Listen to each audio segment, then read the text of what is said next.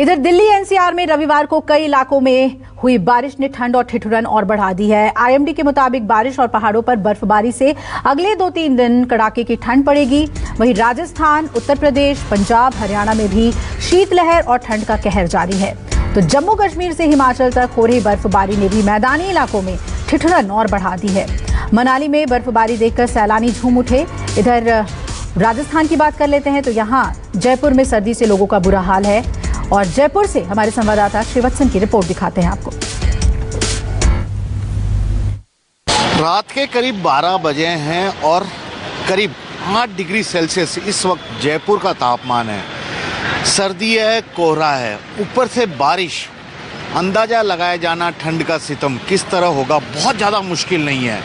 Duty करनी है और किस तरह से सर्दी में लोग अपने घरों से बाहर निकले, जिन्हें ज़रूरी काम है, कहीं ना कहीं जाना है, उन पर सर्दी का क्या असर है।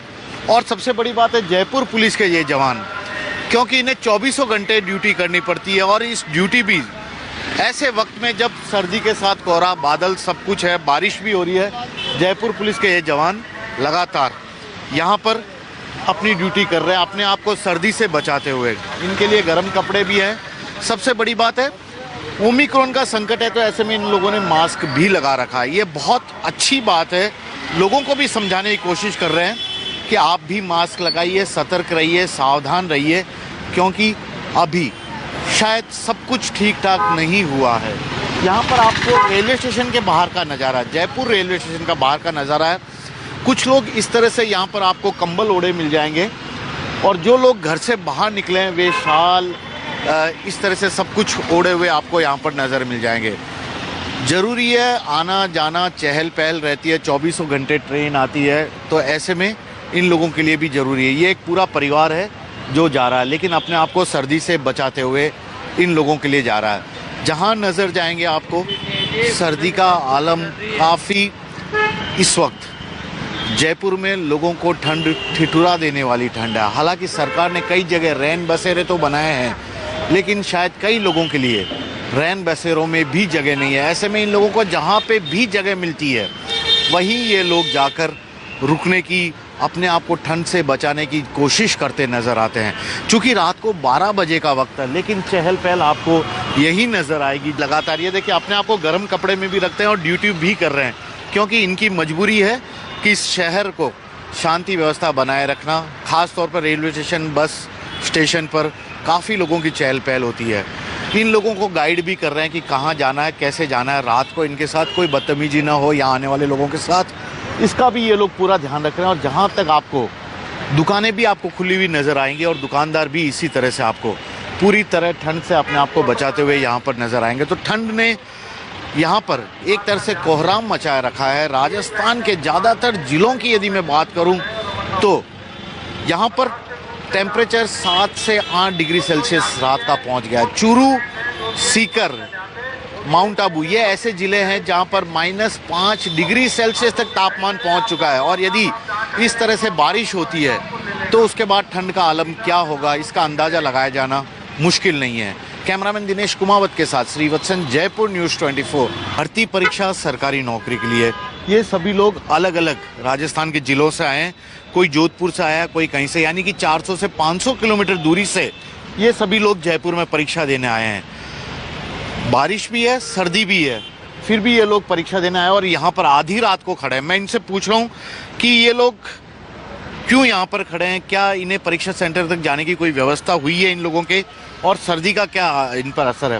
भाई साहब कहाँ से आए हो? मैं जोधपुर से आया हूँ सर। जोधपुर मतलब 550 किलोमीटर जयपुर से? 350 सर, 346 कुछ है सर। 346 किलोमीटर का है। सर्दी यहाँ ज़्यादा है, जोधपुर ज़्यादा है? यहाँ ज़्यादा है सर सर्दी। यहाँ अभी बारिश हुई है इसलिए सर्दी भी ज़्यादा है, व्यवस्था भी नहीं है। अभी लेट रात को यहाँ पे हमको सड़क पे लाके उतारा है। अभी यहाँ छोड़ी है, सिंडिकेट का बोला था, कोई व्यवस्था भी नहीं है। अभी बस ने वहाँ पे बोला था कि सिंडिकेट छोड़ेगी बस, अभी यहाँ छोड़ के चलेगी, ये 10 किलोमीटर दूर बीच। और यहाँ पे ना तो कुछ ये टेम्पो वगैरह वो भी 200-400 रुपये मांग रहे हैं सिंडिकेट के जाने के लिए। कोई जानकारी भी नहीं है और ना ही कोई बता रहा है। सुबह जल्दी एग्जाम है हमारा, अभी रात को यहाँ पे उतारा है तो हम अभी दिक्कत आ रही है सेंटर पे। सुबह जल्दी कैसे आधी रात 12 बजे करीब आप लोग खड़े हो, सर्दी? वही बात है सर, सर्दी भी लग रही है, बरसात भी हुई है और इसलिए सर्दी भी लग रही है। सुबह जल्दी एग्जाम है तो इसलिए हमको अभी व्यवस्था भी नहीं हो रही है। टेम्पो वाले को पूछ रहे हैं, वो कह रहे हैं कि अभी आपको ये 7 किलोमीटर है, कोई कह रहे हैं 10 किलोमीटर है। क्या करें बताओ, हम तो अनजान है, इसको जानते नहीं, इसकी जानकारी भी नहीं है हमको। कितने रुपए मांग रहे हैं? अब कोई बता रहे 250 रुपये, कोई बता रहे 300 रुपये। अब बताओ क्या करें, ये दिक्कत आ रही है। ये देखिए, ये राजस्थान के युवा हैं, परीक्षा देने आए हैं। कौन सी परीक्षा आपकी? ग्राम विकास अधिकारी? ग्राम विकास अधिकारी की। ग्राम विकास अधिकारी की। आपको पता है 15 लाख लोग परीक्षा दे रहे हैं? बिल्कुल 15 लाख रुपये। और कितने पद हैं? इसमें 3,000। एक पद पर 386 लोगों का कंपटीशन है एक पद के लिए। सरकार को पता चले तो बस आप इधर स्टैंड पर छोड़े, हमको बीच में छोड़ दिया, लेके अब रात को 2 बजे छोड़ा, अभी 12 बजे छोड़ दिया। अब हम जाए कहाँ पे? बस खड़े भी वेट कर रहे, कोई आ जाए, कोई लेने वाला, कोई टैक्सी वाले रुपए ज़्यादा मांग रहे हैं, फिर भी खड़े वेट कर रहे किसी का कोई आ जाए लेने के लिए। कुछ ये सभी लोग यहाँ पर खड़े हैं, इसी तरह की परेशानी से 2-4 हो रहे हैं। ये भाई साहब है। भाई साहब एक मिनट, पूरी सर्दी बहुत तेज है आज। हाँ सर्दी गए हैं सर, पूछे मत ही लगे। मैं तो जोधपुर आया बड़ा कड़ा के ठंड में परीक्षा देना है। परीक्षा देना सर। कहाँ जाना है? यहाँ सिंधी कैंप। सिंधी कैंप जाना है। क्यों सिंधी कैंप क्यों जा रहे हो? यहाँ सेंटर है मेरा। कहाँ पे? मुरलीपुरम। तो मुरलीपुरा से यहाँ से डायरेक्ट बैठ जाओ ना मुरलीपुरा। सिंधी कैंप क्यों जा रहे हो? यहाँ पर रुकने की व्यवस्था नहीं, इसलिए। देखिए, रुकने की व्यवस्था भी नहीं है इन लोगों के लिए। वादा किया जाता है, इरादा जताया जाता है कि इन लोगों को तकलीफ नहीं होने दी जाएगी किसी भी तरह की, लेकिन जो लोग ये आधी रात को सड़कों पर खड़े हैं, शायद ये ही अपनी तकलीफ बता पा रहे हैं। और 2 दिनों तक लगातार ये परीक्षा होनी है राजस्थान में। इस दौरान सरकार नेट बंद भी करेगी। जयपुर में भी नेट बंदी है। और इन लोगों की परेशानी सबसे बड़ी ये है कि आधी रात को इन्हें बीच रास्ते पे उतार दिया गया। यहाँ से परीक्षा देने कैसे जाएं, वो भी सर्दी और ठंड के इस माहौल में, जब बारिश भी सितम बनकर इन लोगों पर गिर रही है। कैमरामैन दिनेश कुमावत के साथ श्रीवत्सन, जयपुर न्यूज़ 24।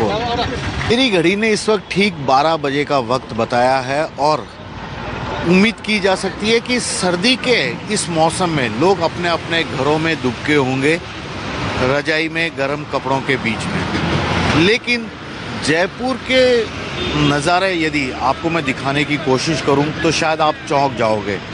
रात को, आधी रात को 12 बजे यहाँ पर सड़कों पर आपको नौजवान लोग, जो युवा हैं, वे आपको खड़े नज़र आएंगे।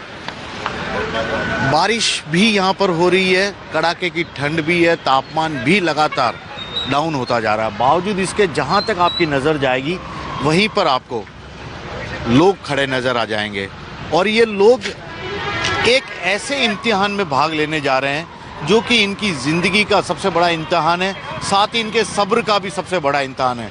भाई साहब, क्यों सर्दी में यहाँ खड़े हो आप लोग? ग्राम विकास अधिकारी एग्जाम है ना, उसके लिए आप आए। कहाँ से आए? जोधपुर से, भोपाल के तहसील जोधपुर। वहाँ इतनी दूर से आए? हाँ। सर्दी तेज है? लग रही है सर्दी, तो क्या करें। Railway station. आपको रेलवे स्टेशन। और आपका सेंटर कहाँ है? गांधीनगर। गांधीनगर जाना, वहाँ से आपको। कहाँ से आए? जोधपुर। आप भी जोधपुर से आए? बिलाड़ा। सर्दी जोधपुर में ज़्यादा है, यहाँ नज़र आ रही है ज़्यादा? और यहाँ बारिश है। जोधपुर से आए थे, वहाँ बारिश नहीं थी। कहाँ से भाई साहब, कहाँ से आए? जोधपुर से। आप भी जोधपुर से आए हो?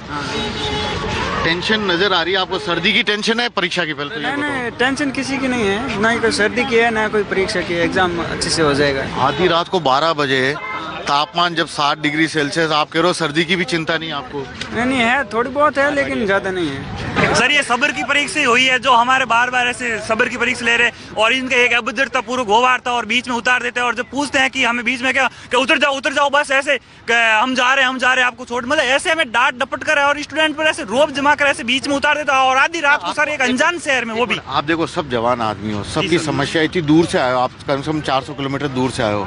क्या आपको लगता है कि जहाँ आपका जिला है वहीं उसके आसपास के जिलों में अगर सेंटर हो तो थोड़ा फायदा हो जाए सब बच्चों को? बिल्कुल सर, ये सभी के लिए फायदेमंद रहता, पर यदि सरकार ने ये व्यवस्था की है और हमें बस स्टेशन तक उतारने का बोला, हमें बस स्टेशन तक भी उतारते तो हमारे लिए आसानी होती है कि हमने घर से भी हम मैप वगैरह देख रहे हैं कि भी हमारे बस स्टेशन से हमारा सेंटर इतना दूर पड़ता है और हम ऐसी व्यवस्था कर लेंगे। भाई साहब, शॉल वॉल पूरा लपेट के, सर्दी परीक्षा देना है? आप भी परीक्षा देना है। कहाँ से? फलोदी से। फलोदी से आया, इतनी दूर से? कहाँ से? तो कहाँ जाना है आपको? सेंटर मुरलीपुरा। मुरलीपुरा बहुत मुश्किल है नाम आपके लिए बोलना। ये सही है। तो कैसे जाओगे यहाँ से? कोई बस वस तो दिख नहीं रही। जाएगी कैसे, यही टेंशन है, जाएगी कैसे कैसे नहीं जाएगी।